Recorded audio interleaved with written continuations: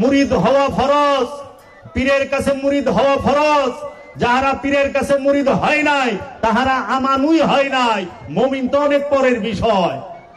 পীর ওলিয়ে কামেলের কাছে অবশ্যই মুরিদ হইতে হবে। নামাজ যেরকম ফরজ, আল্লাহর ওলির কাছে মুরিদ হওয়া ওই রকম ফরজ।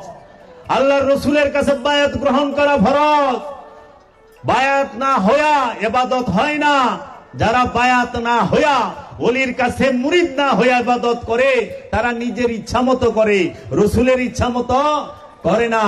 রসুলের ইচ্ছা মতো চলার নাম হচ্ছে অনুসরণ, আর নিজের ইচ্ছা মতো চলার নাম হচ্ছে অকৃতজ্ঞতা।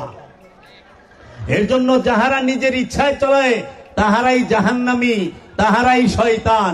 শয়তানকে যে নিজের প্রবৃত্তি মতো চলাফেরা করে, আপন ইচ্ছায় চলে। রসুলের ইচ্ছা মতো চললে হয় আমানু, আর রসুলের ইচ্ছা মতো চইলা রসুলের কাছে মুরিদ হইলে সে হয় আমানু। আমানু যখন হয়, আল্লাহর হাবিব বলছে তুমি সালাত কায়েম করো, যাকাত আদায় করো, হজ পালন করো, কুরবানি করো, আমলে সালেহা করো। এই আমলে সালেহা করার পরে এই হজ, যাকাত, কুরবানি, এই নামাজ, রোজা, হজ, যাকাত, কুরবানি এবং আমলে সালেহা করার পরে যদি রসুলের মেহেরবানি হয় তোমার প্রতি, তখন তুমি খান্নাস মুক্ত হয়ে মুমিনে পরিণত হতে পারবা।